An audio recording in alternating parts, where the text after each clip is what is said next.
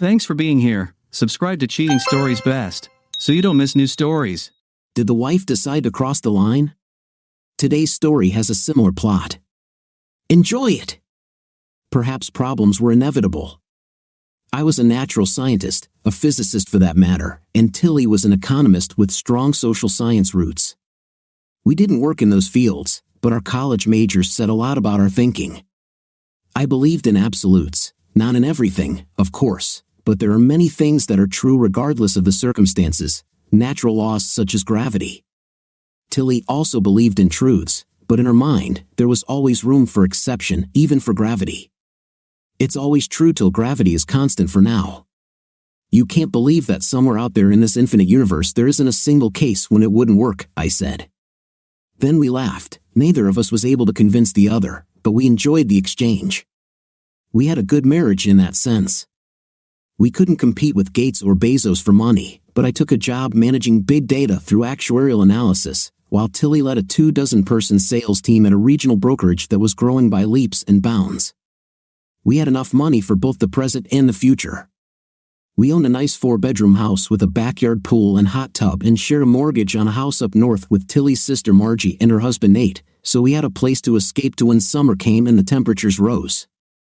Our oldest daughter, Annette, started first grade, and our youngest, Kylie, just stopped wearing diapers. They were absolutely adorable and both energetic and well-mannered. I hinted at a third child, maybe a boy this time, but Tilly wasn't so excited, which was fine. She had to carry children, and after Kylie, it took her almost 2 years to get back to her fighting weight and tone. I understood where her doubts could come from.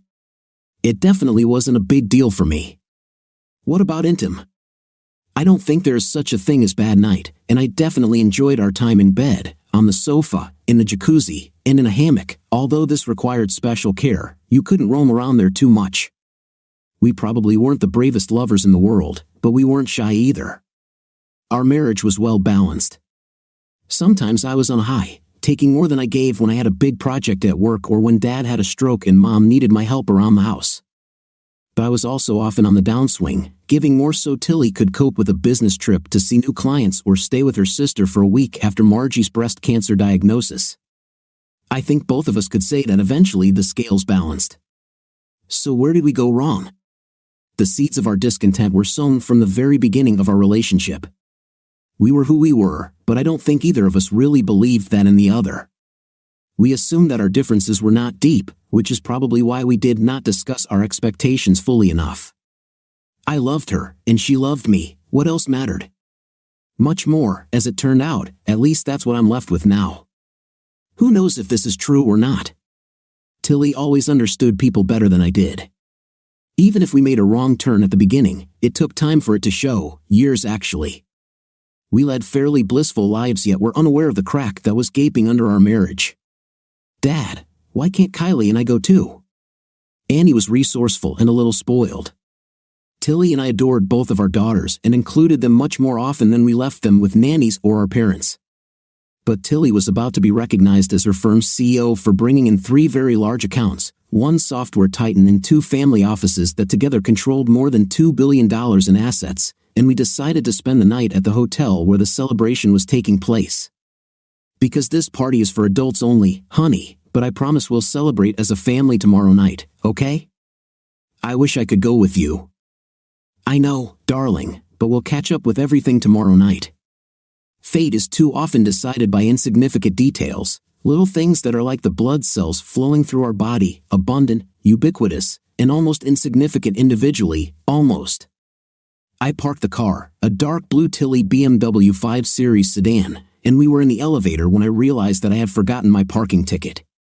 If this had been a municipal parking lot, I would have just paid $5, but this hotel charged $40 for overnight parking. So, I kissed Tilly as the elevator reached the lobby, dropped her off, and pressed the button to return to the second level. I walked through the doors with the ticket in my coat pocket. About 5 minutes after Tilly entered, I saw that she had taken off her coat and was talking to a tall man in a dark suit and another woman in a bright green silk dress. The woman was long and slender, athletic, but Tilly was brighter. My wife wore high-quality classic clothing and wore it with confidence. Her proportions were almost perfect, both her facial features and her body structure. She looked feminine with full curves that she maintained with almost an hour of training every day. But it was the intelligence in her eyes, the gaiety, and the curve of her lips that won my heart. Seeing her from across the room, I felt a familiar infatuation for her in my heart and in other places too. It was fitting that this was the moment when the lie was exposed. I see Tilly didn't bring her husband with her. Do you think Randy will get her again tonight? I was in the wardrobe, and two men turned away as soon as I came in behind them, so they did not notice me.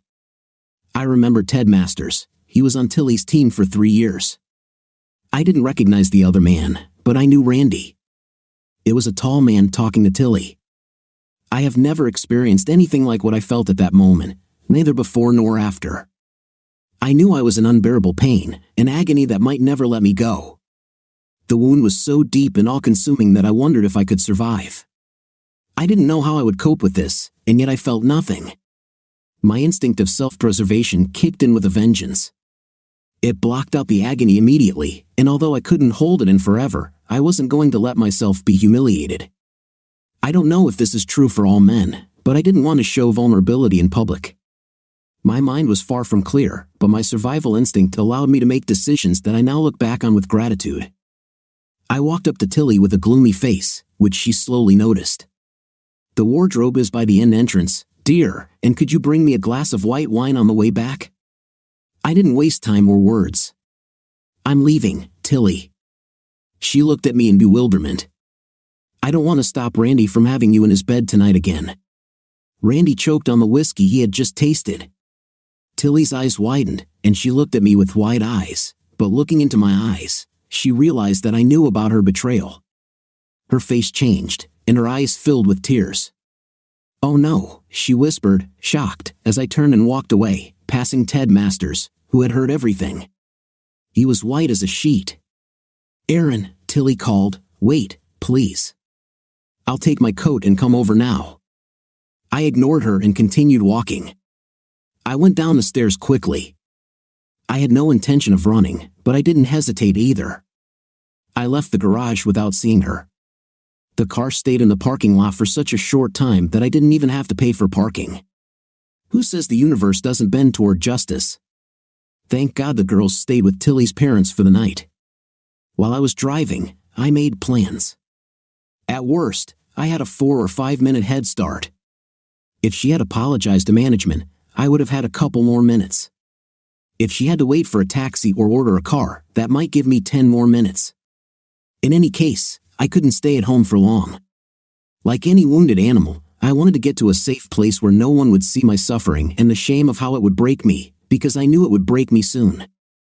I needed to pack some things and leave, but I wasn't sure I could do it before Tilly got home. I knew I wasn't working at my full capacity, and I definitely wasn't ready to see her. Then I laughed. I didn't have to go home. I had an overnight bag in the trunk. I didn't want to hide, but I didn't want to make things easier either. I found an ATM and withdrew the maximum, then found the residence in where I paid cash for the night. I turned off my phone and left it in the room as I went to the nearby Red Robin for a burger and salad and some beer on tap, but only one. I never saw the point in drinking too much. The data is clearly against this. I didn't need to punish myself. The pain will take care of that anyway. I stopped at Red Robin while I was out in public. I thought I could deflect my pain effectively enough to pretend everything would be okay. I was afraid to be alone in my room, but nevertheless, I was drawn there. My facade was on the verge of crumbling. I left the money on the table and left. The waitress would have been delighted with the tip, but I just didn't think I could handle waiting for change. As soon as I was behind the locked door, sobs overwhelmed me. I grabbed a pillow from the bed and wrapped it around my face. From the depths of my torn heart came a howl, and if anyone could hear it, I'm sure it would shake them to their core. I screamed and cried, releasing all the pain that was twisting my guts and tearing my heart. I don't know how long I screamed into that pillow, but when I finally hit the floor, it was soaked with saliva, tears, and snot. I threw her into the corner. There were 3 more pillows on the bed, and 2 more were on the shelf in the closet. I knew I would need at least some of them before I left in the morning. I devastated my husband. I'm leaving, Tilly. Aaron's voice was cold, but his eyes showed his pain. He knew, my breath caught in my throat. I wanted to get closer, hold him close, comfort his grief with my love, but instead, I froze. I don't remember if I said anything at all as our gazes intertwined, but when he turned his back and walked past Ted, I snapped out of my daze. "Aaron, wait, please. I'll take my coat and come over now," he continued walking. I followed him. I thought about apologizing to Jim and Frank, but work wasn't our priority at the moment. Nothing mattered except Aaron. I quickly walked to the closet, grabbed my coat, and then pressed the button for the elevator to the garage. I knew it was no use, but I pushed it every few seconds until the doors opened. Once I was in the garage, it took me a few seconds to see that my car was gone, so I drove back to the hall and out the main doors. Taxis were rare, so I called a Lyft through my phone. The blue Prius arrived 4 minutes later. The 20-minute ride felt like the longest of my life. I texted Jim and Frank about Aaron's sudden health problems and expressed my regrets. Responses came immediately, expressing disappointment that we would miss this recognition but also understanding. They both hoped that Aaron would get better soon. Having completed this task, I returned to Aaron. There were so many thoughts running through my head, but the main one was fear. I knew Aaron saw everything in black and white.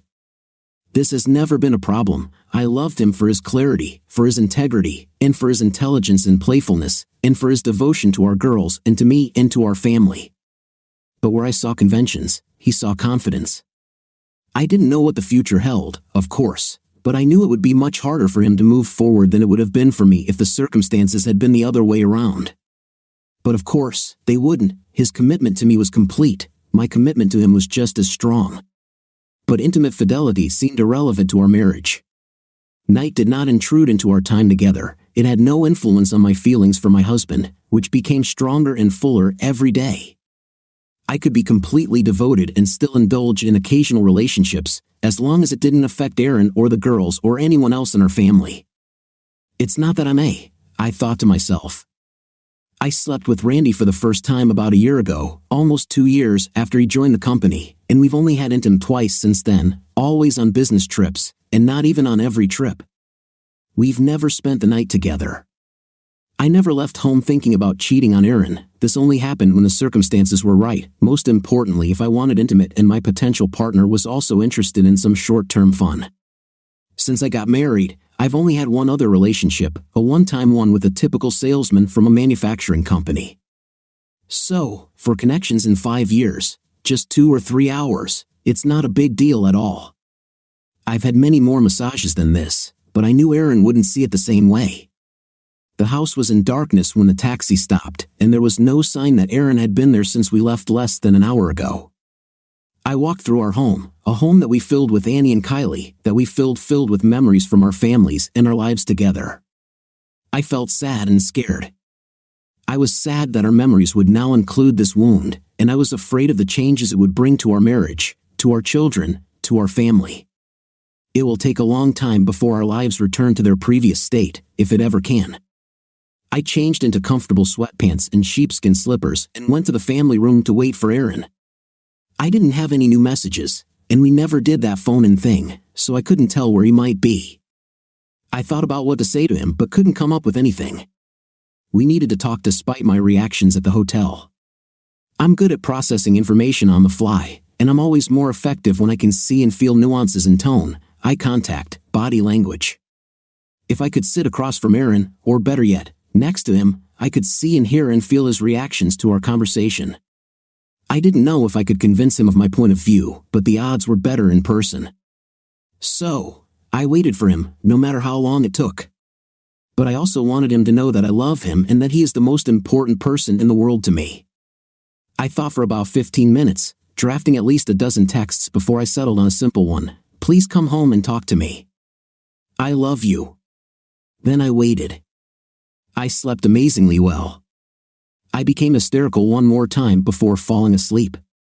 It was early when I woke up, but as far as I could tell, I had slept about 9 hours. I think emotional exhaustion is taking its toll. I still felt out of place, like I was dragging my feet through mud, both physically and mentally. I showered but skipped shaving. It was around 7:30 when I decided to stop by the original pancake house.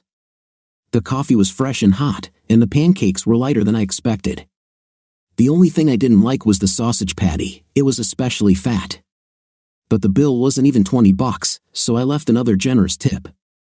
I felt restless. My usual workout is running, but I didn't have any workout clothes, and I completely forgot to bring another pair of shoes. But I didn't want to sit in a hotel room, so I did the best I could wearing a couple of t-shirts, a shirt from the night before, and a hoodie that I took for the way back, and walked along the park trails near the lake shore. Apart from a couple of joggers and a mother and two boys climbing around the playground, the park was deserted. This gave me a lot of time to think, and I needed to think.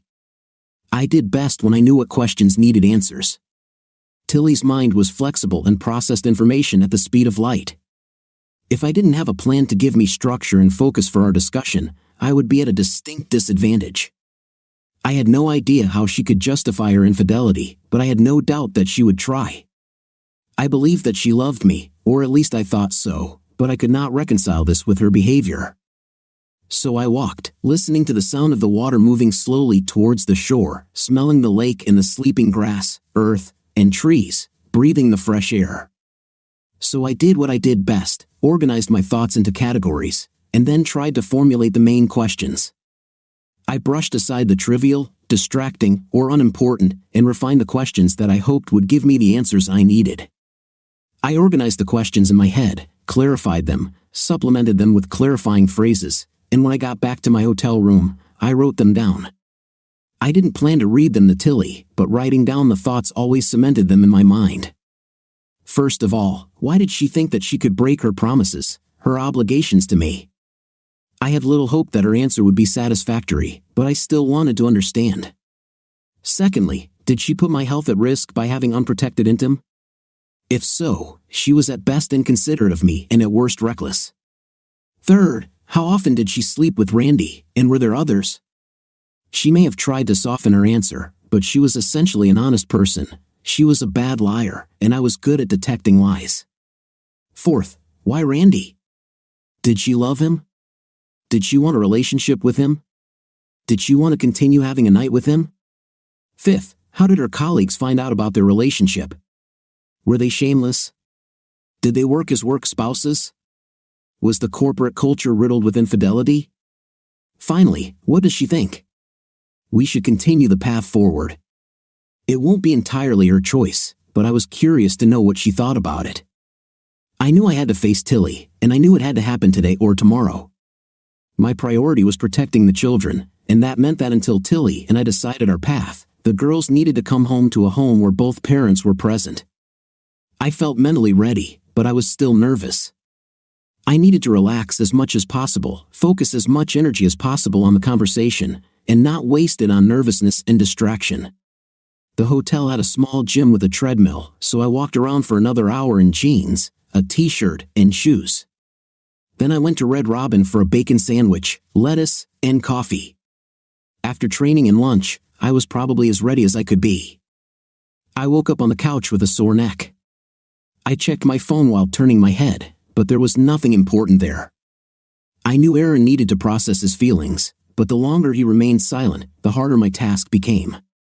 I could imagine him vividly formulating and testing hypotheses, running through scenarios, desperately trying to bring order to what he didn't understand.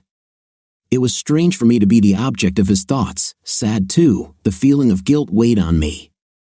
I knew that I would be honest when Aaron came to me, and I knew that my honesty would hurt him. I hoped it would also cleanse his wound. I will not allow lies between us. Lies corrode and infect any close relationship. I could lie to save someone's feelings if it wasn't important, but this was too important. Only the complete truth will work. Everything depended on Aaron. I made coffee and tried to push the upcoming conversation out of my mind. I was better when others thought I wasn't prepared enough, but anticipating opportunities always left me sluggish. I had the gift of reading the moment and intuitively understanding what issues needed to be addressed, and I quickly articulated my thoughts. So I didn't want to think too much about topics and questions that might not even arise. I wanted to save my energy for what was important. The morning dragged on without a word from Aaron. I called my parents to inquire about the children and asked them to keep the girls for one more night, which they were happy to do. Then Annie wanted to talk to me. Dad said we're going to celebrate today. To celebrate? Sorry, honey, but Daddy isn't feeling well today. But I promise we'll go out as a family as soon as we can. But Dad said tonight. Annie was more like me, but she was her father's daughter in every other way. I know, honey, but sometimes we have to change plans when something happens. We'll go as soon as we can. The silence dragged on until Mom returned to the phone. She giggled. Someone's not happy at all. She's doing that angry look you did. Thanks, Mom. If anyone can handle her, it's you. Nothing a couple of cookies won't solve. Tell Aaron we hope he gets better soon. I'll tell you, hug Kylie too. I did the laundry and then tidied up the kitchen. I didn't want to do anything I couldn't quit as soon as Aaron got home. The problem was that there weren't enough small things to keep me occupied, so I started obsessively thinking about Aaron. I kept reminding myself that I couldn't know his reaction until I saw him, so there was no point in worrying about it. But with nothing else to do, I continued to do it. I thought about the shower, but I wanted him to see me as soon as he walked through the door. He needed to know that he was the most important person in the world to me now and always. It could have driven me crazy, but waiting for him was a little therapeutic, so I did it. But it could really drive me crazy. I hate idling, having nothing to do to pass the time. I called upon memories of Aaron and me. They always made me happy. Our first date, standard dinner in a movie.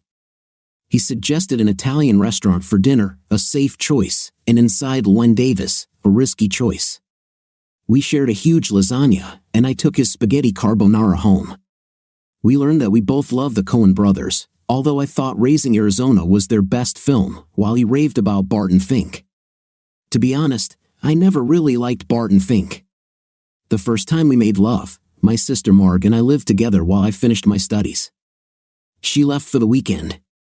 We never talked about it, but it was no secret that Aaron and I were going to have intim that night. He came with the keen, we ate pizza, and then went to my bedroom. I was a little nervous, and he said he was too, but it didn't show. His proposal, we talked about marriage, and he missed a couple of perfect opportunities, Christmas and New Year, but then he found the perfect way. It was a normal Thursday evening. We were at his apartment, and he cooked his signature dinner for our date.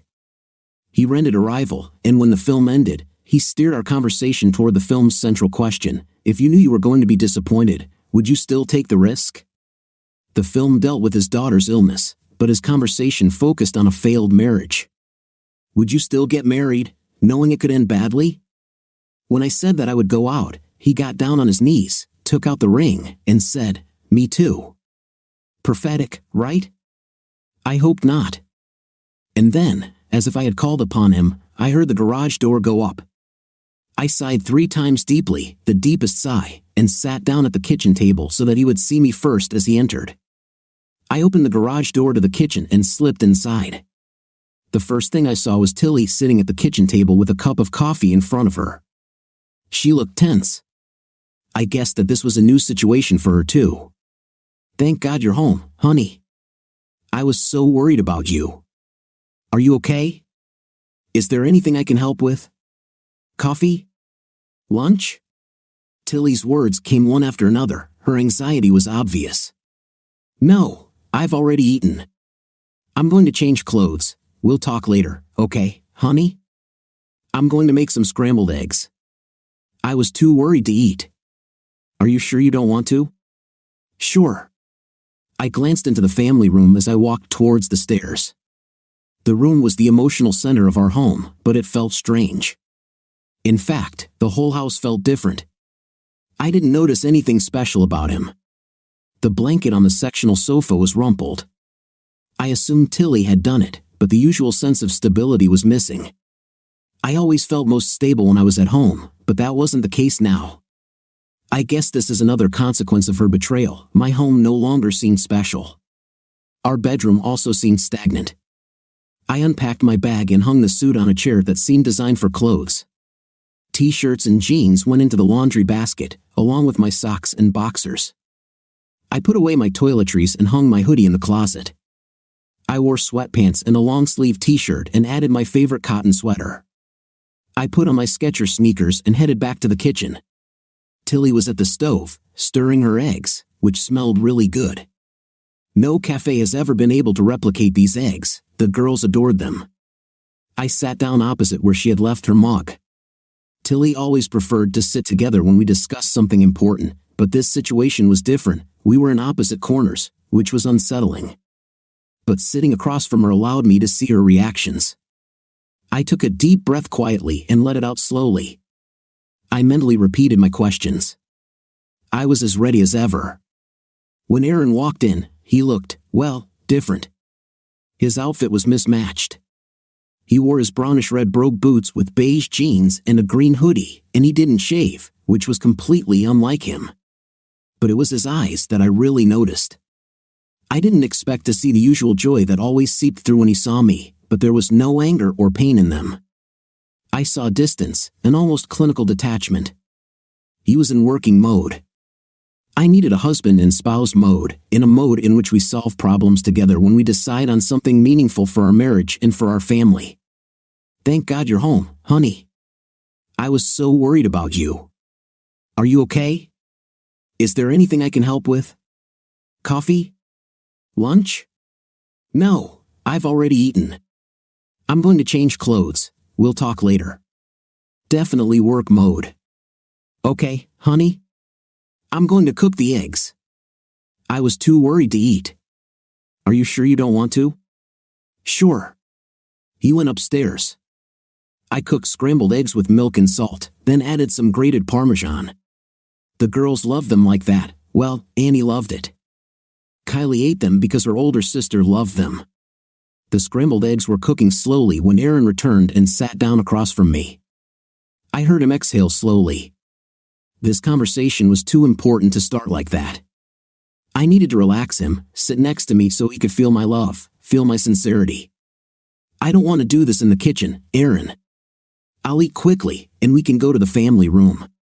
The family room contained most of our pictures and girls' toys, mementos from our honeymoon, and family treasures from our parents and grandparents.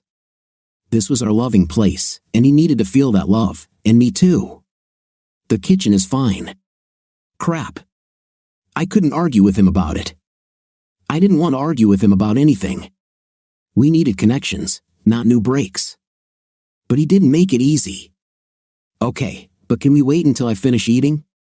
I want to give you my full attention. Certainly. I stirred the eggs. Where did you stay last night? Residence Inn. I see you brought the bag home with you. Will you be here tonight? I haven't decided yet. I told Annie that we would go to a restaurant as a family to celebrate your award. I called Mom and asked them to keep the kids one more night. I wasn't sure if you'd come home. I felt Aaron nod. It's good that you did it.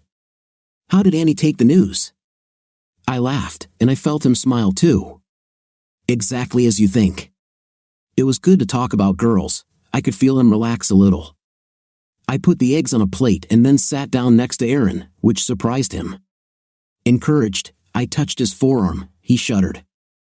I sighed. I'm sorry, Aaron. He shrugged. I ate quickly without tasting the eggs. After putting the plate and fork in the dishwasher, I refreshed my coffee and sat down next to him again. He gathered his strength and straightened up. Work mode. I have questions about your connection, Tilly. It wasn't a hookup, honey, it was casual night. Call it what you want, I consider it a connection. Why did you do that? I see how much I hurt you with my actions, dear, and I will answer all your questions. But it didn't mean anything to me. I want you to understand that it just doesn't matter, neither to me nor to us. But I don't know how to help you understand it. Why did you do this? Same reason why I sometimes order steak for dinner and sometimes have a salad. Randy is attractive, funny, humble, he's just a fun guy. We pulled in a big bill, so we went out to eat, had a few drinks to celebrate, and flirted a little, as always. I wanted intim, and so did he. He raised his eyebrows. I laughed and stood up. We went to his room. I left as soon as we finished. You didn't say why. I said, but I realized that this is our Gordian knot. Typically, our different approaches complemented each other, an enviable strength that served us well, no matter the top. This time they worked against us. We knew each other well from close observation, but if we wanted to get through this as a team, we needed to immerse ourselves in each other's reality. I'm trying to help you see that my time with Randy was insignificant, like what I ordered for dinner. It had nothing to do with you, our marriage, our family. We were on a business trip, and it just happened. I can argue with almost everything you just said, Tilly. It's significant. It has to do with me, our marriage, and our family, and it didn't just happen. You made promises to me when we got married. Knowing that you broke them really changes the way I look at things. I've always kept my commitment to you, Aaron, always. I love you and appreciate you more now than ever. I love you so much that sometimes it overwhelms me. This thing with Randy means nothing. It means everything. What does that mean? I wasn't here, you didn't miss anything. And when I came home, I was just as loving, attentive, supportive, and involved as ever.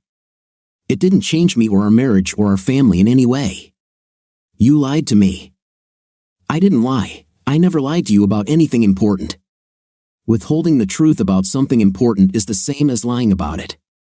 Exactly. It didn't matter. I don't tell you when I exercise on a business trip, what I eat for breakfast, what cars I rent. It felt the same. It didn't mean anything. I wouldn't lie to you, darling, about anything more important. He inhaled slowly and closed his eyes for a moment, regrouping. Did you use a protection? His question surprised me a little. I thought I was making progress in his understanding of the situation, so the change of topic confused me. However, I promised to answer all his questions. It was difficult, but I knew it would come up at some point. Not the first time after that, yes. How many times has this happened? I've been with Randy 3 times. Aaron clenched his jaw. On the one hand, I hoped that his anger would cloud his thinking, but on the other hand, ripping the Band-Aid off is usually the best way. He didn't miss my precision. Were you with someone else? Only one other person, once, many years ago. I met him at a hotel, and we hit it off. No one else but him and Randy. It's clear he was angry, his eyes were dark and cold, and his face was tense. But now all my secrets are out. I just needed to help him understand how little it meant to everything we had built together. Have you been tested for STDs?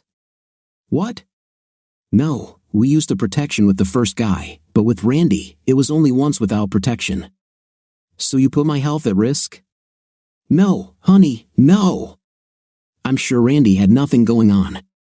He wasn't with anyone but his wife. What if he lied? What if she cheats on him like you cheated on me? Oh, I almost answered but bit my tongue just in time. I hurt him badly. He received his share of vengeance. I sighed. I needed to understand, but it still hurts. It's been over a year since I had unprotected night, but I'll do the tests if you want. It seems like the least you can do. Okay, I'll arrange it.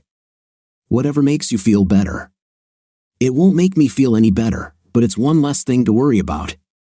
He frowned, then relaxed and nodded quickly. So, you've had a night with Randy 3 times in the last year? Yes, but it's not what you imagine. It was never planned. We must have been on a dozen trips together during that time. When it happened, it was simply because we were both in the mood for it. We only did it one time at a time. We never spent the night together. We never rented a room together. Are you in love with Randy? In love? God, no. I mean, I could never love him or anyone else. You are my man, my partner, the love of my life. But you're having intim with Randy and another guy? I sighed again. How could I convince him to move past night and see that there was never an ounce of love in it? It was fun, how to go to a movie or a concert. I was so sad to see him so upset, and because of me. I had to find the words that would heal him.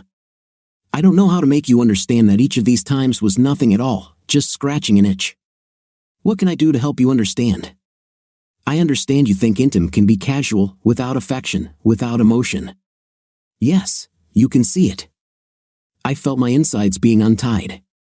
Maybe we can overcome this crisis. I see that. I just don't agree. Come on, darling. Sometimes we make love tenderly and sweetly, and sometimes we don't. It's like crazy night can be done in many different ways. It can be many different things and cover many different areas. Yeah, but no matter how we do it, I always do it with you and only you. That makes it special. It's special to me too. I love intim with you, it's wonderful, so satisfying. But you have a night with other guys too. He's still stuck. I didn't know how many ways I could say it, but I had to keep trying. And that means nothing to me. It means something to me. He put his hand over his mouth and squinted, concentrating. Before I could speak, he beat me to it. How many people know about this? What do you mean? Nobody knows about it. He snorted. People definitely know about it. Do you think I found out? Of all the questions he could have asked, this was the one I hadn't even thought about. It never occurred to me.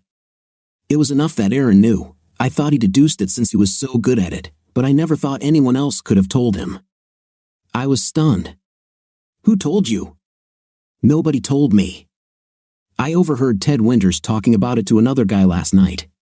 It didn't seem to be a secret to them. Wow, I was stunned. Did my colleagues know? This could have turned into a full-blown disaster. I immediately saw the consequences. My professional reputation was at serious risk. At least some of my team knew that I slept with a subordinate, and this could lead to problems with HR, which in turn could lead to disciplinary action from Jim and Frank. What about Randy? His wife was standing with us when Aaron dropped his bombshell, so he may also have been having his own marital crisis at the moment, and people can behave strangely under stress. I shook my head. I loved my job, but it was just a job after all. I'd sort out the work once Aaron and I sorted out our issues.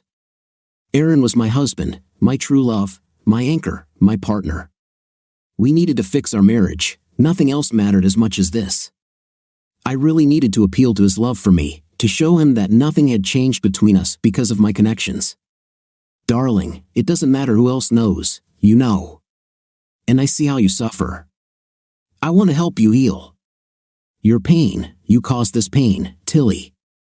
I don't trust you to ease it. His words made my heart freeze in my throat. Before I could answer, he said, "What do you see happening here?" God bless, his question put me on the most solid ground possible.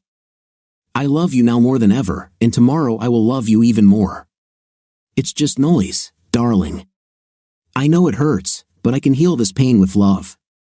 It's nothing compared to the love we feel for each other, with the family we've built together. We still have our wonderful future ahead of us, everything we've always talked about. I know you're hurting and that we have a lot of work ahead of us, but I'm confident like never before that we are destined to spend our lives together. He didn't answer, he looked into the distance, and his face remained impassive. Let's go to the family room and sit together. I miss your touch, your hugs. We always feel better when we touch. You will see that nothing has changed. I'm fine here. He didn't move, and I don't mean in the kitchen. He hasn't budged from his work routine, and it won't work. We haven't seen the world the same way, and we never will. I couldn't bridge the intellectual gap. I needed to make him see that our feelings were important, our emotional connections, and that they were strong and enduring. He was in a lot of emotional pain, and it could only be healed with emotional support. Darling, your pain is raw and overwhelming right now. Please don't withdraw into yourself. Let me help you find your center, feel my support. He stood up, so I stood up with him. Then he struck me down. I won't make any decisions right now. I need time to think. I'll let you know when I'm ready to discuss this further. I wanted to go back to the park. I loved being outside, especially when I needed to burn off my energy. But I went out without a jacket, and the last days of autumn were approaching.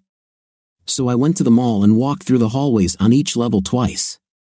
Then I picked up a piece of pepperoni from Slice Brothers.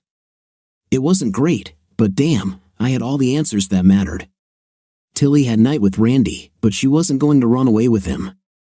She seemed sincere about still loving me, but she had a night with Randy several times and a stranger once. So how could I really tell?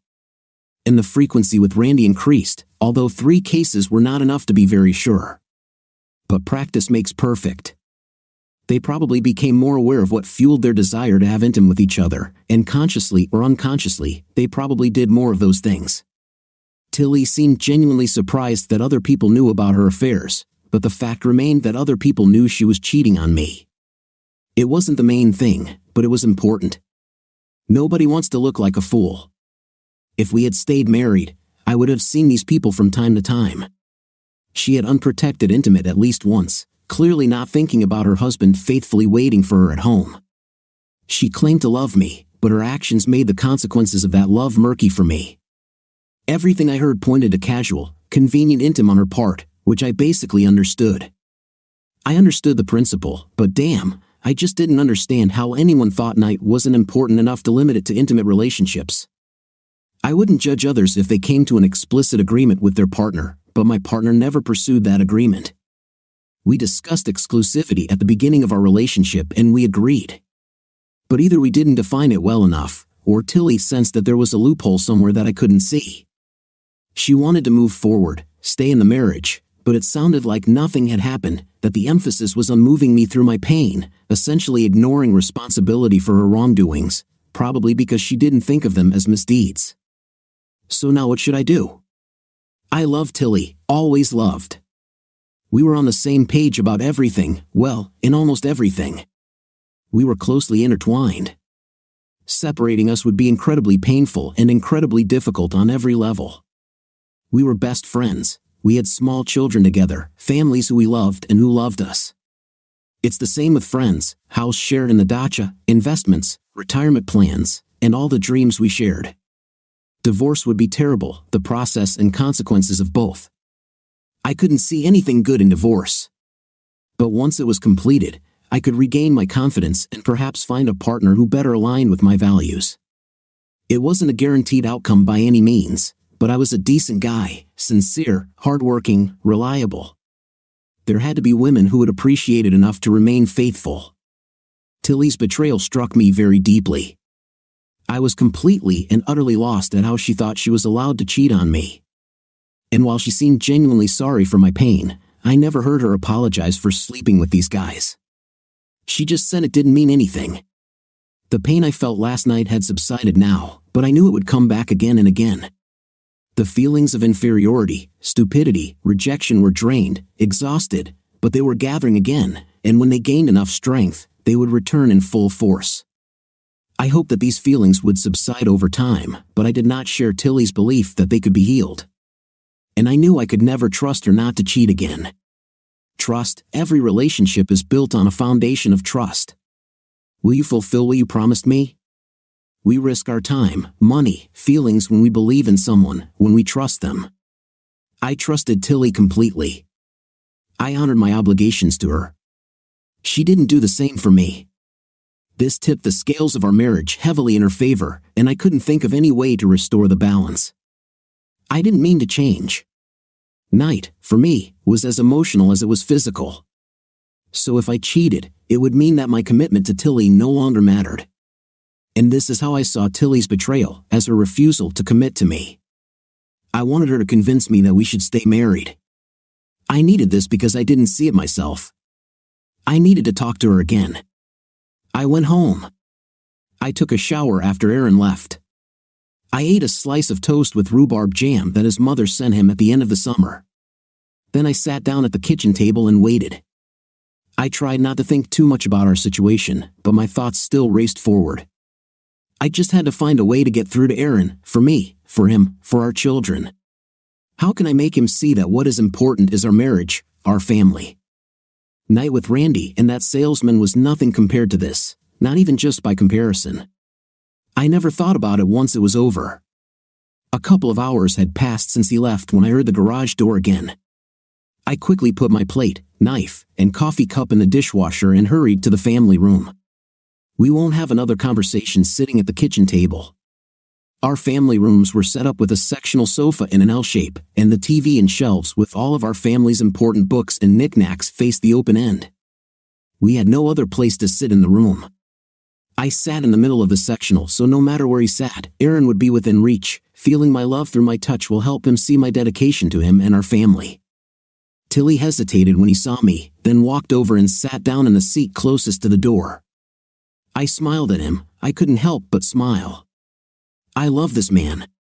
He gave me a formal nod and then looked away. His pain just radiated off of him. I carefully placed my hand on his shoulder. He didn't pull away. I squeezed and then returned my hand, small steps. Where did you go in the mall? Can I get you something to drink? No, thanks. I'm fine, he replied, still not looking up. What are you thinking about, dear? I asked. Aaron shrugged. I just don't understand. Why? I already told you, it's nothing, honey. Nothing at all, definitely nothing that concerns you. This concerns me, Tilly. That's it, he said bitterly. No, Aaron. You were here, I was there, and it meant absolutely nothing to me, I insisted. He nodded bitterly. That's it, I guess. A difference I've never noticed before. When we're not together, I still think of us together. Inseparable. Even when distance separates us. And how does that make sense, darling? We can't be inseparable when we're not together, I teased, smiling. Banter had always been our way of breaking tension, but we were much further along than I feared. This realization shocked me. I'm sorry, I don't know what to do here, I'm confused, trying to show you how unimportant it is. I feel like our marriage is in jeopardy. I see you suffering, and it hurts me, but I don't know what to say to fix everything. Why did you do this? He asked, his focus still on the physical aspect. So, I repeated, I already told you, honey. I wanted intimate. Circumstances came together, and it just happened. It didn't mean anything. Aaron sighed, seeming to drain all his energy. It means nothing to you. It means a lot to me. Why? I almost screamed with disappointment. It had nothing to do with you at all. If you hadn't heard Ted last night, you would still be happy with our marriage, right? I implored. Yes, you would. You know that. And I'm still the same woman, still your wife, still devoted to your happiness and our family. I'm exactly the same as I was yesterday when you were happy with me. I don't understand how you can't see this, I pleaded. But Aaron looked more and more sad. He nodded, but it was a tired nod. He was about to get up, but I moved faster, wrapping my arms around him, pressing my forehead against his shoulder. No, stay with me. We can fix this. We have to fix this. There's nothing to fix, Tilly. I see. Our marriage has always been like this. What does it mean to me? Our commitment to each other was complete, emotional, intellectual, spiritual, and physical. You never thought so. You were emotionally committed to me, perhaps even intellectually and spiritually, but not physically. We were never in balance, Tilly. I thought we were, but we weren't. And I don't see how we can achieve balance. But we're in balance, darling. I know you love me. I feel it every day, and I love you just as much, I insisted. No, you don't love. Otherwise, you wouldn't cheat. This again, Aaron retorted. Aaron was a smart guy. Why couldn't he understand this? I needed to make him understand this. What I did with Randy and that other guy really had nothing to do with you. As soon as it was over, it went out of my head. They don't matter to me at all. What matters is you. I love you more than anyone. I met you, you were my ideal partner, Tilly. I carried our marriage with me everywhere. It merged with me with my personality, you, and the children, but especially you. You were always in my thoughts. When I had to make a decision, I chose everything thinking about you, everything. When I was deciding what to have for lunch, I was thinking about what we had planned for dinner. When someone asked me if I wanted tickets to a game, I checked my calendar to see if we had plans. Then I thought about what you might want to do with me at that time, and only if there was no possible conflict did I think about whether I wanted to go. It was automatic. But when you decided to sleep with someone else, where were your thoughts about me? The best case scenario is that you didn't think about me at all, because if you did and continued anyway, you'd just be calculating. And I don't think that's what you are. His words hit me right to the heart. This was more painful than anything I could imagine. Tears came to my eyes. He was so far from the truth. I really loved him more than anything else. Aaron, you must know how much I love you. You must open your heart, my love. There, you will see the truth. I don't think I want to see what's in my heart right now, Tilly. Trust your feelings, Air. Look into your heart, and you will see the truth of how much I love you. Love is not the only feeling, Tilly, and not even the most important thing. There is also pain, anger, fear, and grief, a lot of grief. But why? I hugged him forcefully again, but he remained sitting still. Let me in, Aaron. Let me in. We can heal this, we can. I will heal, and you will no doubt be part of that process. But I don't see that happening right now. We're out of balance, Tilly, and until I figure out if we can ever restore balance, I can't be with you, he said softly, releasing my hands and standing up. I'll pack a few things. I'll let you know where I'm staying. It was a real nightmare. I watched him leave, his entire appearance expressing defeat. We had to fix this, but he had to want to fix it, and he didn't seem to want to. I was upset, worried, scared. How can I reach him? I returned to the Resident Inn. I sent Tilly a message when I checked in again. I listened to her and heard everything she said and didn't say. For Tilly, emotional commitment was all that mattered. She truly believed that night with other men was essentially unimportant, something that happened away from our marriage. She returned home believing that she was still faithful to me because this night never invaded her feelings for me, for our children, for our family. Intim was separate, outside of our obligations and plans. I never suspected her cheating because she had no guilt about it. To her, it was just a night and no different from going out for drinks with friends. But this did not at all correspond to what I considered marriage. I was open to reconciliation, but I just didn't see how we could achieve it. I have never cheated on Tilly, so the only way to move forward with her is to accept her cheating and forgive her for it. And it always left the scales of our marriage tipped. Combine that with her lack of remorse and her philosophy that there are always exceptions in life, I wasn't sure she wouldn't do it again, and I knew I couldn't stand it. She didn't feel like she had betrayed me, but I felt it, and the pain it caused seemed bottomless. How to handle this? As a partner, looking for intimate somewhere else, the person whose love is most important to you, you built every aspect of your life around her and your marriage, making a promise to be with her for life, creating children and a home to share. You trust her with your fears and insecurities, knowing that she loves you despite them, and that love manifests itself in sharing your bodies with each other. It is a tangible expression of your mutual love. You know she only loves you because she only makes love to you. Until you find out that protecting and respecting your love is not that important to her, until you find out that you are not enough for her, until you find out that you didn't even deserve the thought of her getting horny after her professional success, until you know that she won't give up casual physical pleasure for the sake of your marriage. The gap between your expectations and her behavior is huge, and the pain generated by this gap is correspondingly huge. I screamed my emotional pain into the pillows again that night, and many nights after that. This was the only way to free myself from it, and it left me exhausted. I talked to my boss and explained in general terms that my marriage seemed to be ending and that I needed time to get over it. Maxine was always sympathetic, and this time was no exception. She simply asked me to keep an eye on my email while I did what I needed to do. We did go with the girls to celebrate Tilly's promotion, and their enthusiasm helped us keep dinner light and mostly normal.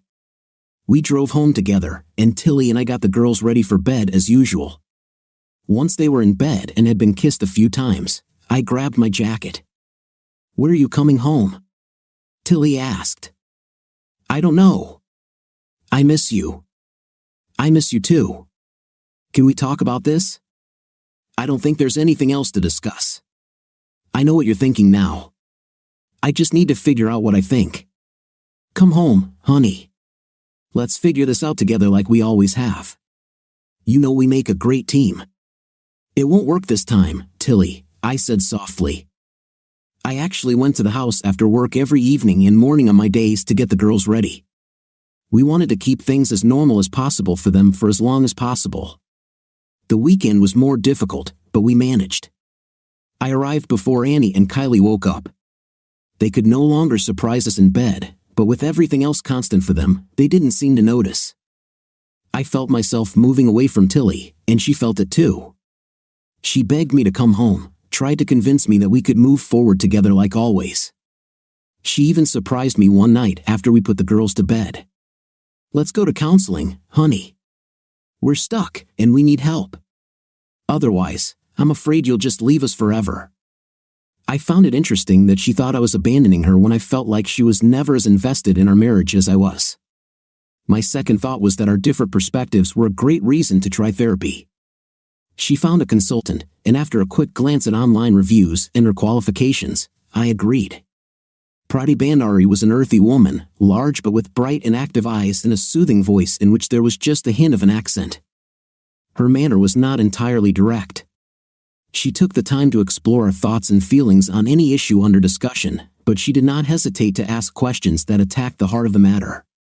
Once the preliminary work was completed, she was very articulate and precise in her language, especially regarding emotions.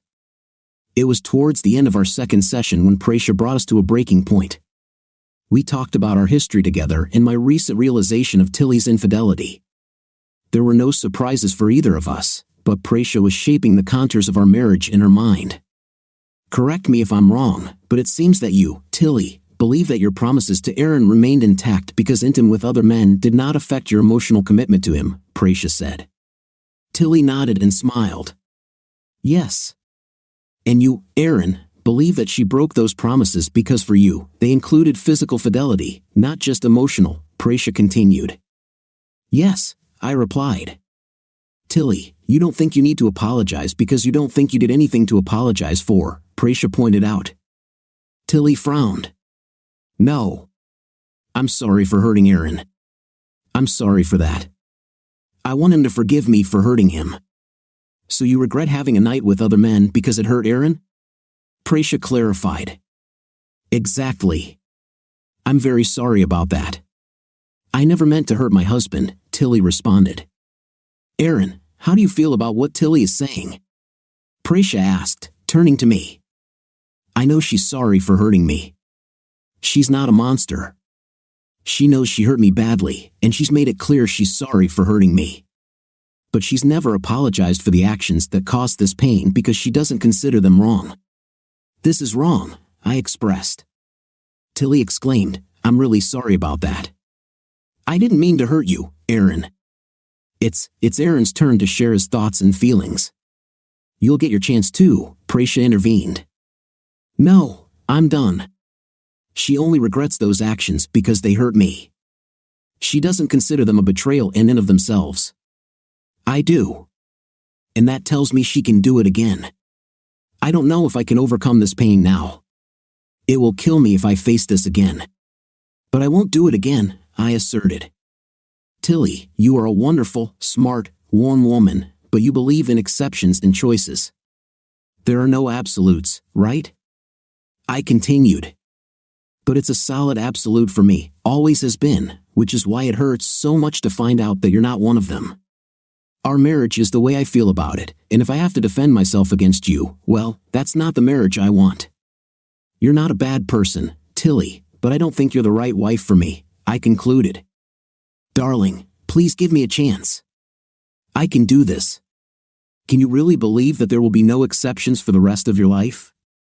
That absolutely no circumstances will cause you to consider intimacy with another man?" Tilly pleaded.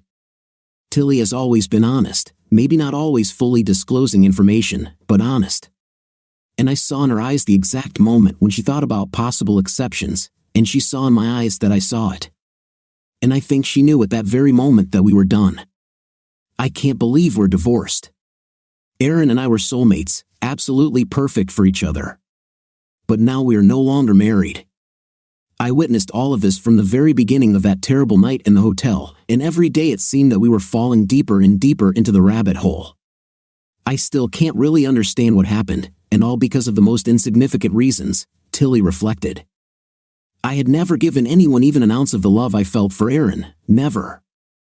I was sure that consultations would help us. Prasha helped us see our differences, but where I was confident we could overcome it, Aaron saw no way forward, and it seems he just stopped trying. I begged and begged him to come home, to make love to me, to trust in the cocoon of love we had built for us and our children, but he was adamant. I see possibilities. I always saw it, and I'm creative, so when Aaron asked me if I could ever see an exception to staying true to me, of course, I could come up with one. In fact, I came up with several almost immediately, Tilly confessed. Plane crash victims forced to save the life of Annie, Kylie, or Aaron. Exchange of partners with Aaron's consent. And perhaps that same sudden passion. I'm sure I could come up with more, but these were exceptions by definition. The likelihood of their occurrence was extremely low. I tried to explain this, but the chance is not zero, Tilly. And with every possible exception added, the overall risk of you sleeping with someone else again increases. I can't live with this hanging over our marriage. I can't. You ruined me, Tilly. I don't have the reserves to survive another blow, I declared. And so, he destroyed me in return. I was depressed for many months after he filed for divorce, but I had to put on my adult pants every day to support our girls and win clients for our firm. I didn't have the luxury of being discouraged. And since I'm a proponent of the fake it till you make it approach, I put on my best face every day. But nights in my bed alone were hard. And when Aaron took the girls, we shared custody, alternating weeks between us. I ate many pints of mint chocolate chip and cried a lot. It wasn't easy for Aaron either. I knew him so well, and I saw his deep sadness.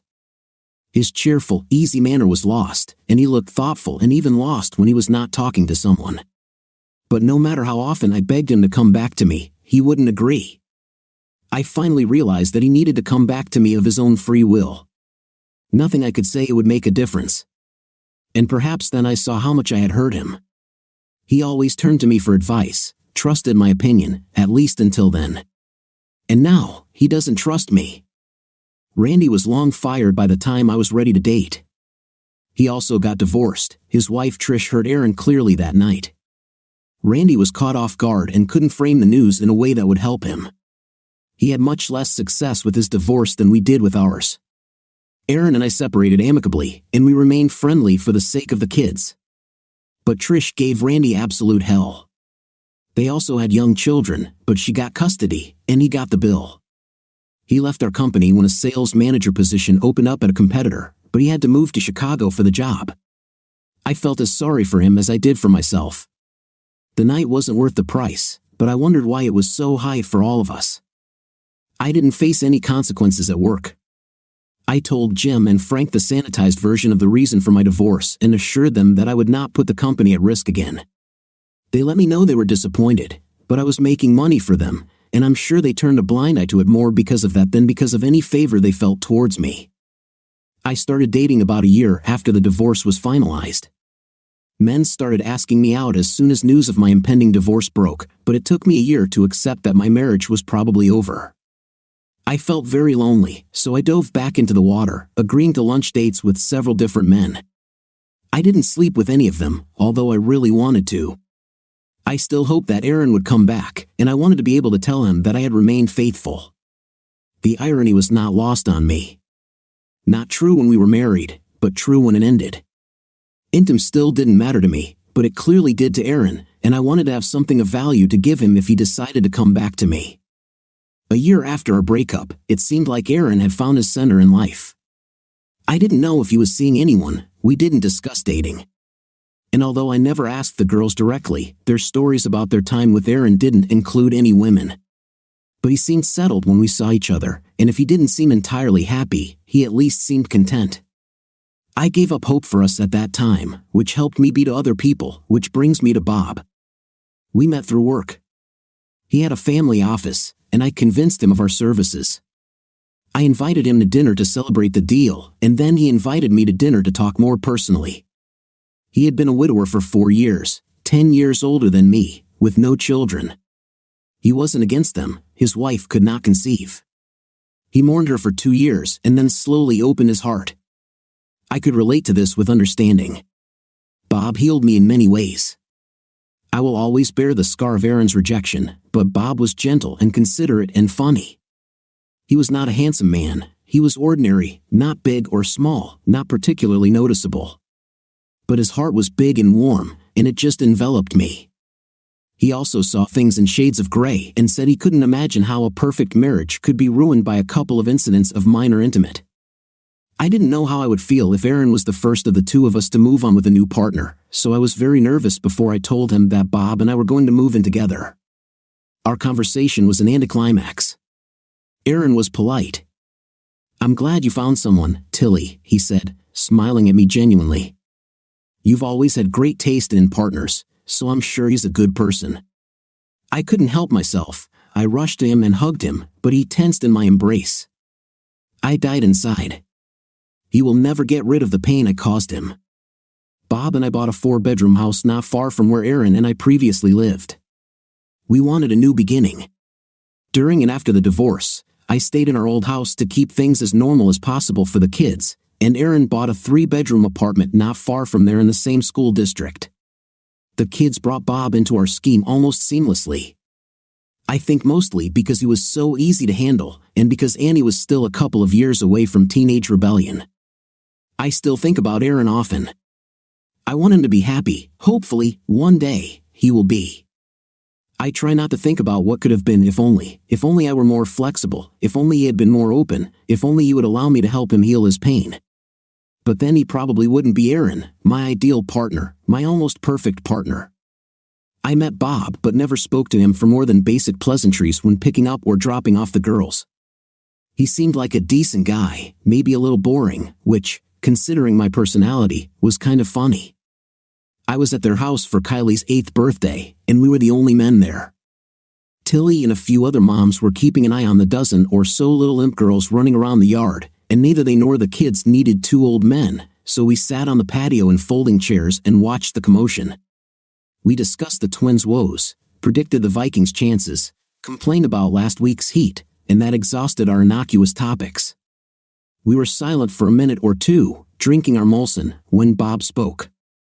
"I don't want to embarrass you, Aaron, but how could you let Tilly go? I mean, look at her. She's beautiful, smart, funny. She's a wonderful mother, an amazing cook, and an incredible lover. She's the whole package." I'd thought about this a lot in the years since our marriage ended. He was right in his observation. Tilly was an impressive woman. She also tore me apart, and it took me a couple of years of therapy to realize that I was better off without the doubt she brought into my life. A partner should make life easier, smooth it out, lift you up. Doubts about a partner are insidious. They poison every moment, adding stress instead of removing it. I couldn't live with it, and my sadness over the loss of my marriage kept me from seeing this truth for some time. But as soon as I saw her, I felt such peace. I shrugged. We just weren't the right partners for each other. I'd like to think I would fight for someone like her rather than let her go. "Well, I hope you never have to do that, Bob," I said, shaking my head. He didn't understand it either. I smiled and drank from my bottle. They were a better couple than Tilly and I ever were. This thought didn't bother me despite the pain I felt because of her betrayal. I didn't want her to suffer. She didn't intend to hurt me, she just wasn't the right partner for me. Besides, I had my own secret. I met Deardra about 9 months ago. Since Tilly and I got divorced, I've been involved in self-improvement, taking cooking classes, joining a book club, and buying a road bike. Then I met on a group ride, and we were traveling at about the same speed, so we spent most of the ride together. We sat next to each other for coffee at the end of the trip, and then did it again 2 weeks later. She was witty and knowledgeable about many things that also interested me, so I invited her on a walk through the art museum and then to lunch the following Sunday. This led to dinners, movies, and after 5 evening dates, night. There was a project manager at Verizon, divorced for 6 years with a 10-year-old daughter, which put her between Annie and Kylie. Tall and thin, they usually brimmed with playful energy but was all business when it came time to get things done, as you'd expect from a project manager who was basically a single mother. Her ex-husband saw Neen every 2 weeks. She was hyper-organized and a bit bossy. We shared a surprising number of interests. The Strokes and Muse were on both of our playlists. Pulp Fiction was at the top of our list of best films. I loved it for William Defoe, and for Uma Thurman. And we were pragmatically progressive in politics. We live in Minnesota, after all. When we were together, we found that time passed without us noticing it, and we were both proponents of monogamy. We kept the profile low, mainly to make sure we were compatible before getting the kids involved. I don't know how long Tilly dated Bob before introducing him to the girls, but I wanted to be sure that Da and I were in a long-term relationship before taking this step. And we were almost ready. Da and I drove to Duluth to meet my parents at their summer cottage a couple of weeks ago. She charmed them, and we left feeling their support. We didn't want to take away the spotlight from Kylie's birthday, so we decided to wait until next week to tell our daughters. We weren't sure when we'd have our in-person meeting, but it won't be too long after that. So, what is next? Who really knows? The end of my marriage to Tilly was as terrible as I feared, but I felt both stronger and wiser on the other side of that terrible journey. I felt safe and completely settled with Da. No matter from what angle I looked at our relationship, it was true, balanced, and I liked the chances of keeping it that way. What do you think of our story today? It seems to me that before you do any actions related to the opposite sex, you should agree on the boundaries of what is permissible with your partner. If one thing is normal for you, but not for your partner, then it is out of the question to do anything with the opposite sex that is unacceptable in your relationship. What is your opinion about this thought and story? Write in the comments. Until new videos, we look forward to seeing you in our next story.